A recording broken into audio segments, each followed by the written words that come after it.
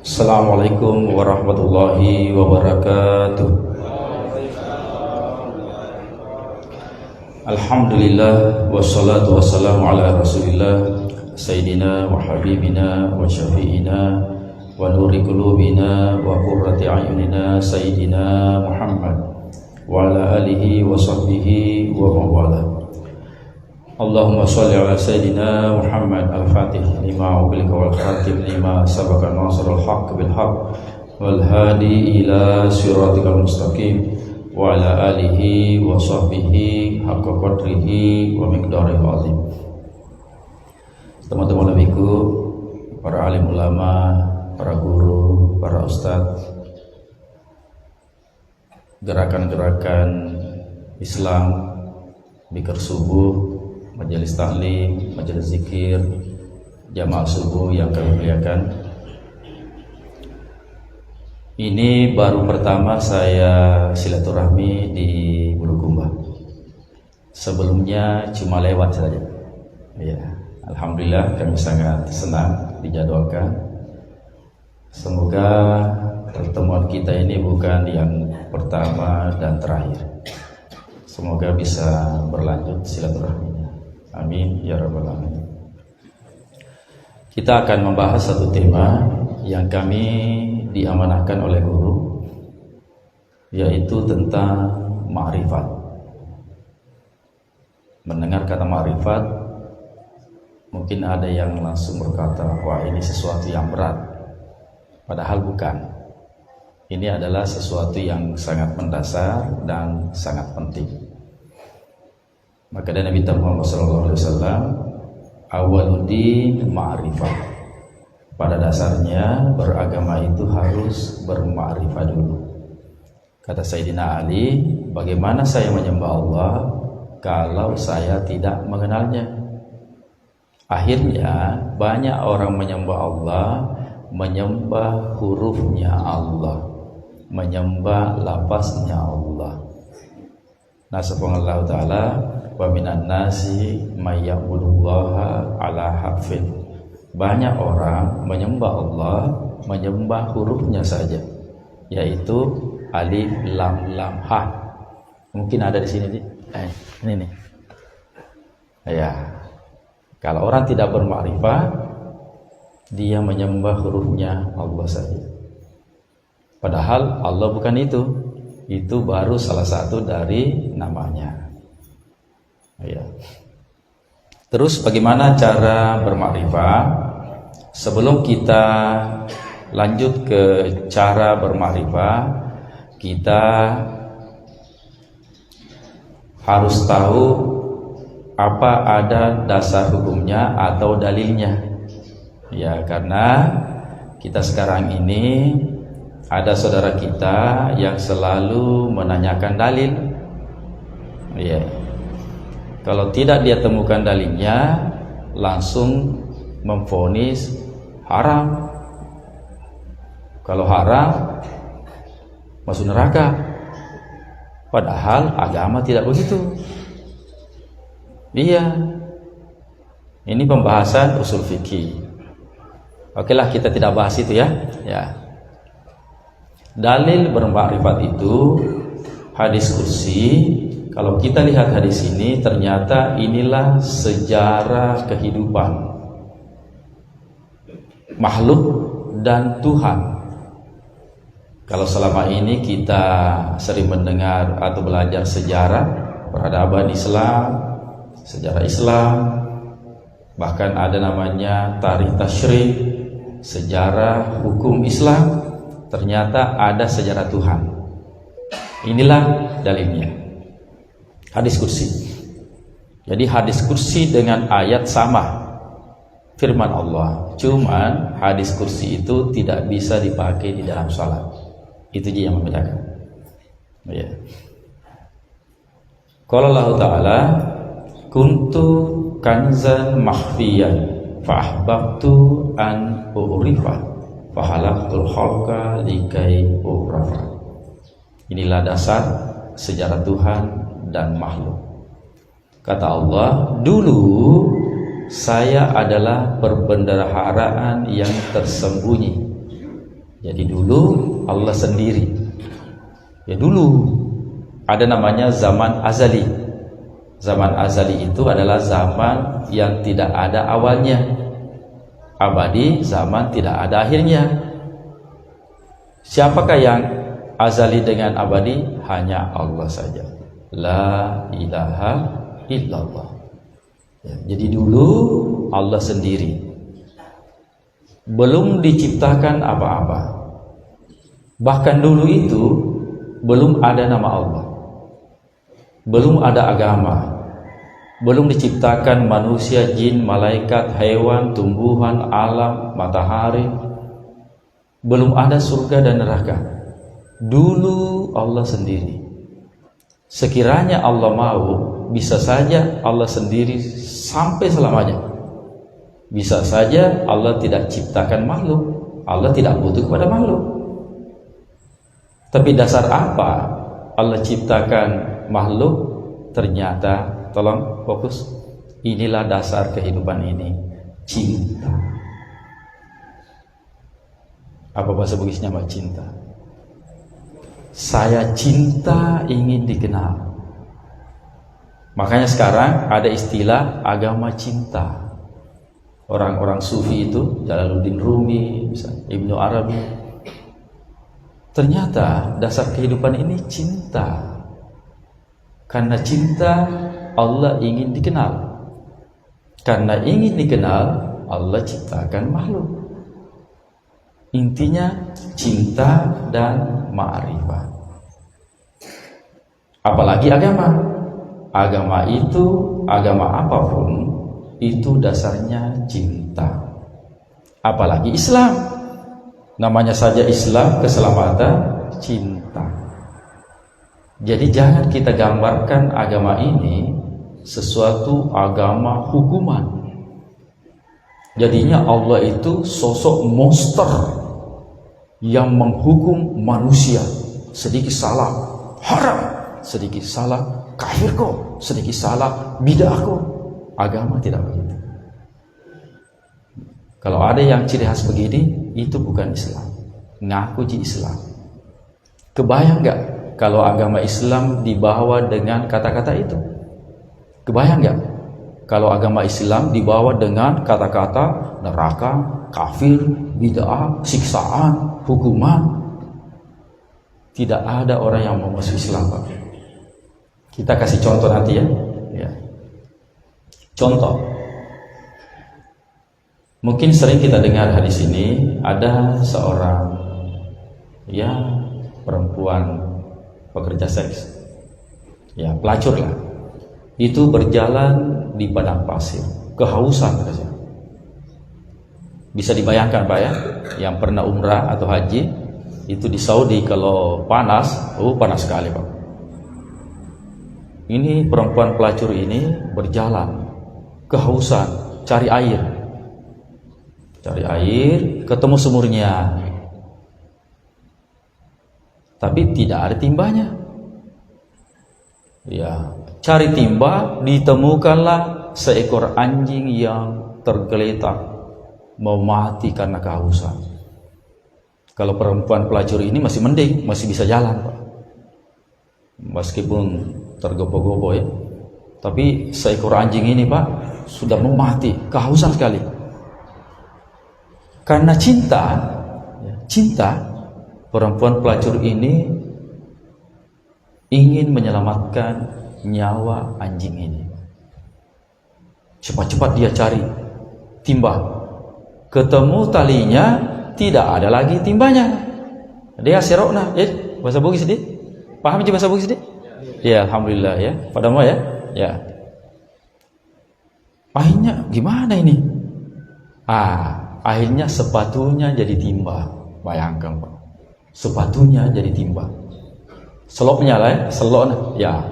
Udah ambil air, dikasih minumlah anjing ini Pak. Padahal dia kehausan sekali. Walhasil selamatlah nyawanya anjing ini. Anjing Pak, anjing. Itu anjing bahasa Bugisnya asu di. Itu asu, anjing, saya nggak tahu kenapa jadi kambing hitam. Contoh, lagi ceramah ki rusak imit, langsung ki bilang mi asu ya. Lagi naik motor ki rusak motor tak, langsung ki bilang motor asu ya. Anak tak nakal langsung ki bilang anak-anak ajalah tak ke anak asu, langsung bilang anak tak ya bapak apa bapak asu. Ya jangan kini. Kalau menghardik anak seperti Imam Sudes, ibunya Imam Sudes. Ini ada anak-anak kecil yang penghafal Quran. Bu, kalau marah sekali ki, tolong kontrol nafsu tak, karena kata-kata itu sangat manjur, apalagi orang tua. Seperti orang tuanya Imam Sudes, ini Imam Sudes nakal sekali. Kalau ada tamunya, itu kan di Saudi itu pakai nampan makannya ya, bukan pakai piring. Itu makan bersama ya, seperti dilakukan saudara kita jamaah tabligh itu. Itu sunnah itu mah, sunnah, hadisnya sahih ya. Itu Imam Sudes suka lompat di makanan baru injak-injak. Woi betan apa gak? Bayangkan Pak anak kita begitu. Tapi karena ibunya seorang ada ilmunya juga, dia langsung hardik itu supaya itu Imam Sudes. Apa sumpahnya? Sudes, saya laknat kamu jadi imam besar Masjidil Haram. Manjur Pak, bayangkan jadi imam besar sekarang. Jadi orang tua, Bapak Ibu, ajalalau tasupaya nata dengan kata-kata yang buruk. Kalau supaya nata, jadi ku camat. Ini anak-anak nakalnya ini, jadi ku bupati, jadi ku habis Quran. Begitu ya, kita kontrol emosi kita. Ya, oke. Selamatlah anjing ini, Pak. Di sini kita lihat cinta. Karena cinta, Allah merubah keputusannya, seorang pelacur ini penghuni neraka menjadi penghuni surga. Karena cinta. Bayangkan manusia diselamatkan nyawanya. Jadi mohon jangan lagi ada kata-kata yang mengumpat di antara kita. Lihat saudara kita lagi maksiat, lagi minum misalnya, neraka memang mondro ya. Kita lihat orang bermaksiat, kita bujuk saudaraku, Anda ini penghuni surga. Kembalilah ke jalan Allah. Karena yang memvonis itu Allah ya. Bukan manusia Pak.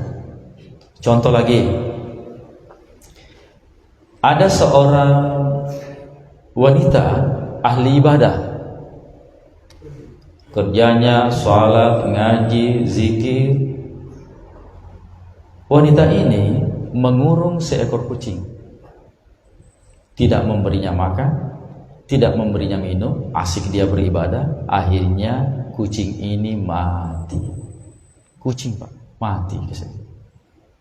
Apa yang terjadi? Karena dia zalim, Allah merubah keputusannya. Ahli ibadah ini penghuni surga menjadi penghuni neraka. Cinta. Sebaliknya pelacur itu dari penghuni neraka menjadi penghuni surga. Cuma memberi minum seekor anjing. Dia belum sholat, dia belum puasa, dia belum melaksanakan ibadah, tapi karena cinta menolong seekor anjing, akhirnya dirubah keputusan Allah, penghuni neraka menjadi penghuni surga. Jadi jangan lalu kita lihat orang, bahkan Pak, kita lihat orang yang berbeda akidah dengan kita, jangan kita hardik, kita doakan. Karena yang namanya manusia, meskipun beda agama, beda suku, beda apa lagi, semuanya beda warna kulit, itu tetap saudara kita. Saudara apa namanya? Saudara sama-sama manusia. Meskipun beda agama Pak, saudara kita sama-sama sebangsa dan setanah air. Bahkan binatang pun saudara kita. Seperti contoh tadi, saudara apa? Sama-sama ciptaan Allah. Pernah kita dengar ada binatang masuk surga? Ada anjing Ashabul Kahfi masuk surga? Ada burung Hudhud masuk surga? Ada semutnya Nabi Sulaiman masuk surga? Untanya Nabi Saleh masuk surga? Apalagi manusia. Masa tidak masuk surga? Masa orang kita vonis masuk neraka cuma gara-gara beda pendapat, beda amalan? Ya Pak De? Apalagi ada teman-teman yang dari Bikers, yang anak muda. Saya ada program Pak untuk anak-anak muda, namanya Tasawuf Gen Z. Tasawuf Gen Z. Jadi anak-anak muda pun perlu untuk bertasawuf. Karena tasawuf ini adalah akhlak. Iman, Islam, ihsan. Harus sempurna 3 Pak. Selama ini kita cuma berputar di iman, Islam saja, belum berihsan. Inilah yang paling tinggi dan kita akan bahas nanti. Meskipun waktunya tidak bisa, lain waktu bisa. Karena saya ada agenda, adakan safari tiap bulan, kajian ma'rifat tentang tasawuf di Sinjai sudah terbentuk, di sini kalau bisa dibentuk juga, dan di Bantai. Selama ini saya keliling Indonesia, alhamdulillah 4 bulan sudah saya keliling, mulai Jakarta, Jawa Barat, Kalimantan Selatan, Kalimantan Timur, kemudian Sulbar, dan lanjut ke sini. Ya, alhamdulillah, doakan kami semoga syiar Islam ini tetap berjalan. Kami juga menulis buku. Sekarang saya menafsir Asrarul Quran. S1 saya di Mesir memang jurusan tafsir. Saya kakak kelasnya Ustaz Somad. Ya, meskipun kelihatan lebih muda. Ya, Ustaz Somad di kelas saya Pak 3 tahun. Dan dari Bulukumba ada saudara kita Kamil, itu kakak kelas. Kalau Ahina Usman satu letting. Sudah ada nggak? Belum ya? Oh iya, agak jauh tempatnya. Ya.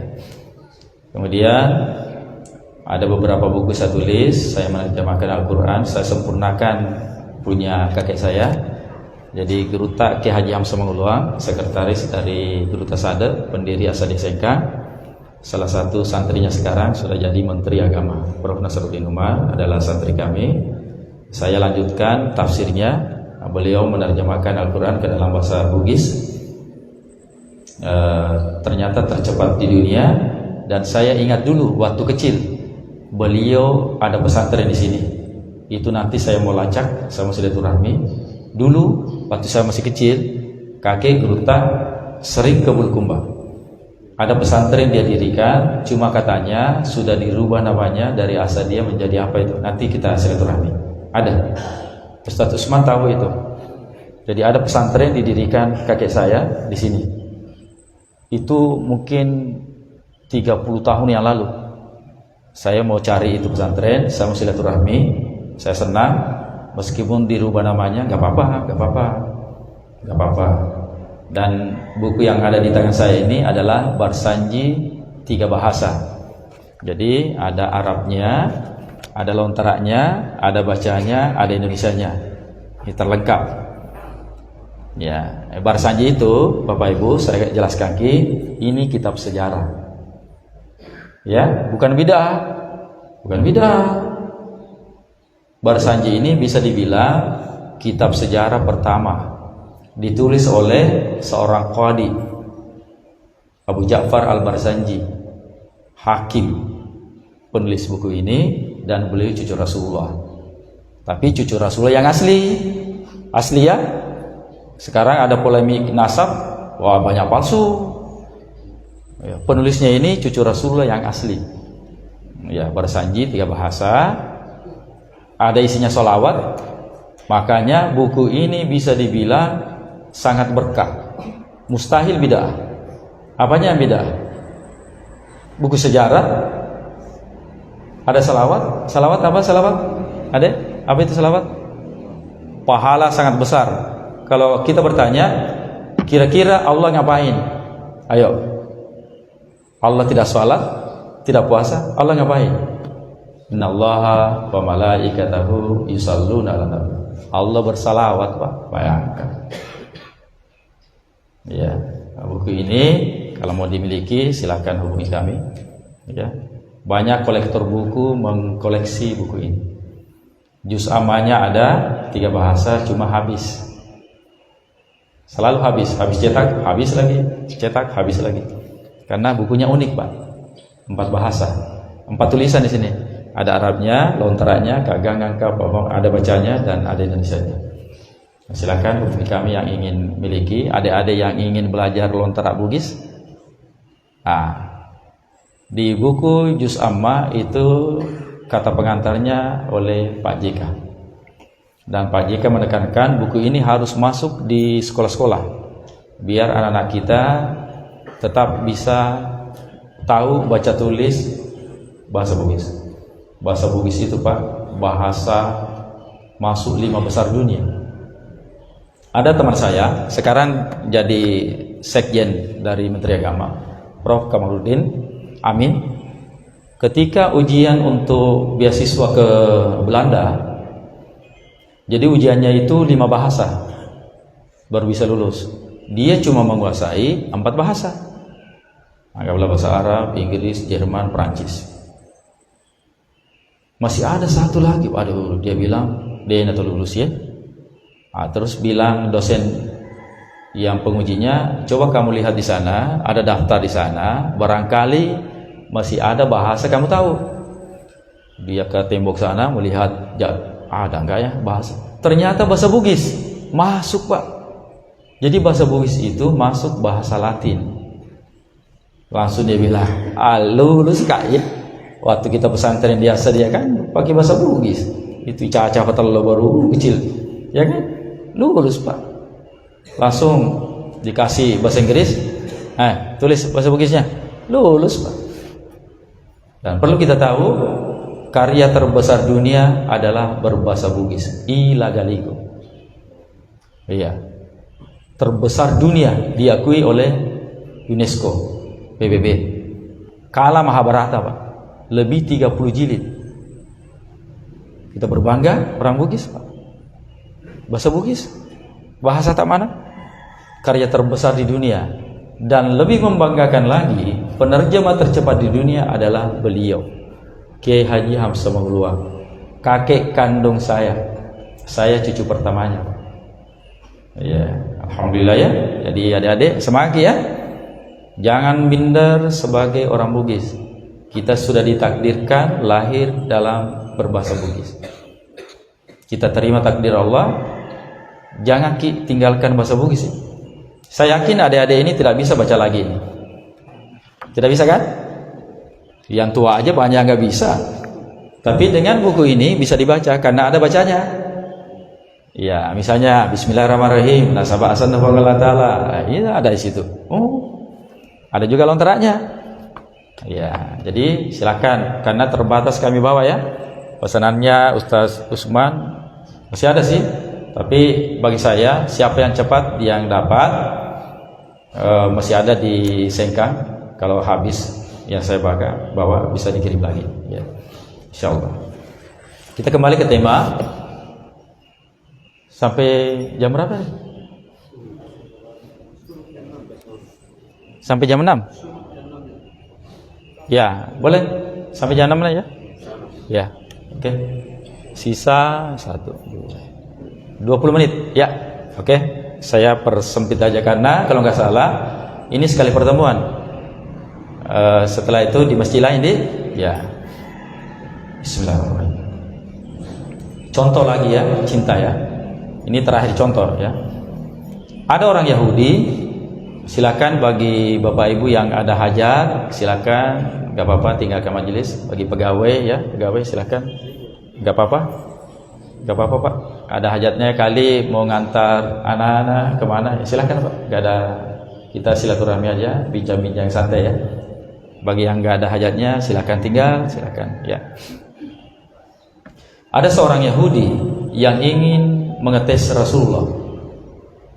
Dia bilang begini, itu Muhammad kalau marah nanti bukan nabi dia, tapi kalau tidak marah dia nabi. dan saya masuk Islam. Bagaimana cara mengetesnya Pak? Dia langsung masuk Masjid Nabawi, kencing. Wah, bayangkan Pak, kalau ada orang masuk di situ masjid kencing, kita apain Pak? Ayo Pak, kita apain? Kata Ustaz Dasa, lu belender kok. Dan betul, sahabat waktu itu rata-rata mau mukul. Apa kata Rasulullah? Jangan dipukul, jangan, biarkan aja. Karena waktu itu Masjid Nabawi masih tanah. Ya, ambil air, siram, selesai. Di sinilah muncul hukum. Ini kita bisa lihat di dalam fikih sunnah, saya sabik. Kalau najisnya air, cukup disiram. Ya, selesai kan? Apa kata orang Yahudi ini? Betul, Muhammad saya mau masuk Islam. Ya, masuk Islam, belajar sholat, sudah bisa sholat, ke masjid, ikut berjamaah.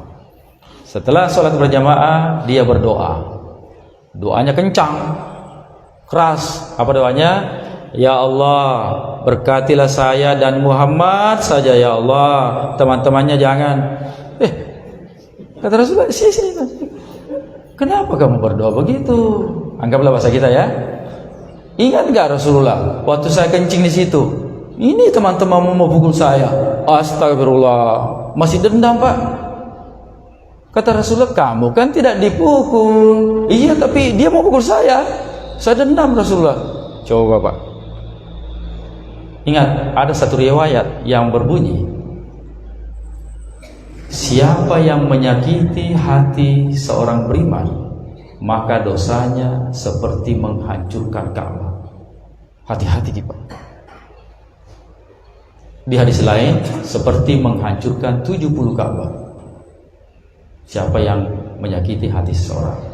Di hadis lain, siapa yang mengkafirkan orang, padahal jelas-jelas saudaranya bersyahadat, cuma beda amalan. Siapa yang mengkafirkan orang, memvonis orang masuk neraka, membidakan orang, maka ucapannya itu langsung kembali kepada dia. Hati-hati kita. Tidak ada hak kita memvonis orang, kamu neraka kok, kamu surga kok, nggak ada. Bapak Ibu, masalah masuk surga, sekiranya semua manusia masuk surga, masih luas surga Pak. Sekiranya ya, sekiranya semua manusia, jin, malaikat, binatang, semuanya masuk surga, surga masih luas Pak. Jangan kita mengkotak-kotakkan surga Pak. Jangan kita kotak-kotakkan surga kelompokmu saja, yang kelompok lain semuanya bid'ah, neraka, kafir. Jangan. Kita tidak punya hak, dan Allah sangat marah kalau diambil haknya. Allah sangat marah kalau diambil haknya. Jadi kita berdoa saja, beramal saja, ikhlas saja, itu Ji. Ya Pak Di, tapi di sini nggak ada. Ini muka-muka, wah, muka-muka ceria semua. Ya, sedikit lagi. Mana yang benar jamnya ya? Hah? Tegur saya Pak ya, kalau jam 6 ya, tegur saya. Ya, ya, masih berapa menit? Wah, masih lumayan. Ya, saya persempit aja nih. Ya. Satu lagi contoh. Ada seorang janda tua Yahudi buta yang selalu disuapi oleh Rasulullah. Ketika Rasulullah menyuapi orang buta ini selalu mencela-cela Rasulullah. Dia kan orang buta kan? Jadi anggaplah begini ya. Ketika disuapi, dia bilang kepada yang suapi, padahal Rasulullah itu kena buta, tidak lihat kan? Anak muda, ada namanya Muhammad itu, dia ngaku nabi, dia ngaku rasul, jangan kau dengar kata-katanya ya. Itu pembohong itu ya. Janganlah lo kau ikuti Muhammad itu ya. Coba Bapak. Padahal yang suapi Muhammad. Tapi Rasulullah tidak santai aja, disuapi, akhirnya Rasulullah meninggal dunia. Ketika Rasulullah meninggal dunia, Abu Bakar bertanya kepada anaknya Aisyah, istrinya Rasulullah, "Wahai Aisyah, masih adakah amalan suamimu Rasulullah yang saya belum lakukan? Saya mau lakukan itu." Apa kata Aisyah? "Masih ada wahai ayah. Itu suami saya Rasulullah itu ada di sana, itu di sudut situ ada janda tua, orang tua buta Yahudi, itu Rasulullah menyuapi. Oh iya, saya suapi, saya gantikan Rasulullah." Nah, datanglah Abu Bakar. Tahu kan namanya Abu Bakar, orang paling lembut kan, orang paling mulia, lembut, sampai-sampai kata Rasulullah, Abu Bakar ini adalah imannya yang paling besar di dunia. Disuapi. Jadi Abu Bakar berpikiran, bagaimana ya cara menyuapi Rasulullah? Akhirnya dia suapi dengan sangat lembut. Versi dia, disuapi, baru masuk satu suapan, langsung bilang itu orang buta, "Siapa kau? Bukan kau yang suapi saya. Siapa kau?" Kata Sayyidina Abu Bakar, "Wahai ibu, yang suami kami itu telah meninggal dunia." "Siapa memang dia?" "Itulah Rasulullah yang selama ini kamu." Subhanallah, luar biasa. Dengan menangis pula ibu ini langsung bersaksi, "Kalau begitu, astagfirullah, saya bersalah. Asyhadu an la ilaha illallah wa asyhadu anna Muhammadar Rasul." Akhlak. Kebayang nggak kalau agama ini dibawa oleh orang-orang kasar, Pak? Kebayang nggak agama Islam yang paling sempurna ini dibawa oleh orang-orang kasar? Kafirku, nerakaku, bid'ahku. Tidak ada yang mau masuk Islam, Pak. Tapi agama ini dibawa oleh Muhammad. Akhlak. Saya ingat waktu masih kecil begini, saya kelas 5 SD, Pak, di Sengka. Kami sudah diwajibkan menghafal hadis. Hadis pertama saya hafal sampai sekarang saya ingat, "Innama bu'istu liutamima makarimal akhlak." Sesungguhnya aku diutus ke dunia ini hanya untuk menyempurnakan akhlak yang mulia. Akhlak, cinta, kasih sayang. Semua saudara kita itu, Pak. Itu juga Ji. Itu juga Ji yang di sini, itu juga Ji yang di sana, Pak. Cuma satu, Allah. La ilaha illallah. Sedikit lagi.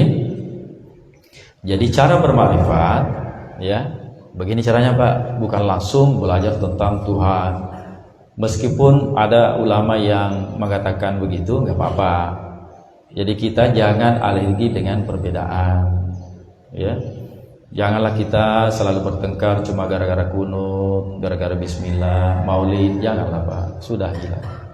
Ya, yang perlu kita perhatikan sekarang bagaimana ekonomi kita bagus, bagaimana pendidikan anak-anak kita bagus.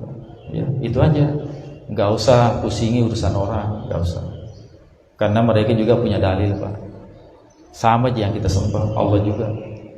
Iya. Apalagi jelas sama-sama Islam. Iya. Jadi cara bermakrifat itu sering kita dengar, "Man arafa nafsahu faqad arafa rabbahu." Siapa yang mengenal dirinya akan mengenal Tuhannya. Itulah dasarnya, Pak. Nigi majappu alaina najapputon itu puanna. Itulah dasar bermakrifat. Pertama, cara bermakrifat itu kita harus belajar dulu apa yang ajaib di dalam diri manusia. Ya, terakhir ya, yang ajaib di dalam diri manusia itu, tolong bisa kasih saya lagi air. Saya mau kasih contoh, Pak. Air, kalau bisa 2 ya. Ya. Ini air bekas ini. Ya, oke. Ya. Ini ilmu. Tolong fokus. Ilmu ini program S2 pun belum dikupas. Iya. Kami waktu program S2 itu baru dikupas Nur Muhammad. Belum mengupas ini, ya. Yang pertama ajaib manusia itu, tolong fokus, terakhir. Roh manusia ditiupkan tidak diciptakan. Nah, subhanahu wa ta'ala ayat wa nafakhtu fihi min ruhi. Keajaiban manusia itu rohnya ditiupkan langsung oleh Allah, tapi tidak diciptakan. Kalau roh yang lain diciptakan, kun fayakun. Tapi roh manusia ajaibnya itu ditiupkan. Contoh, anggaplah ini ya. Ketika ditiupkan roh, anggaplah roh ini air nih. Iya, jadi begini. Kira-kira air yang ada di sini yang pindah ke sini sama nggak? Sama nggak? Sama. Niga puang, niga ata, niga masompa, niga disompa. Isengi jauh. Peristiwa peniupan roh, innalillah, kita berasal dari Allah. Bahasa sufinya hulul. Ilmu ini yang diberikan kepada Halad. Akhirnya Halad dipenggal kepalanya. Di Indonesia Syekh Siti Jenar. Hulul. Innalillah. Ketika kembali wa ilaihi rajiun, namanya ittihad. Peristiwa ini namanya wahdatul wujud. Ibnu Arabi menulis di dalam kitab yang terdiri dari 14 jilid, Futuhat Makkiyah. Ada juga Fususul Hikam. Jadi peristiwa kita sejarah ini yang berasal dari tadi Allah sendiri, innalillahi wa inna ilaihi rajiun.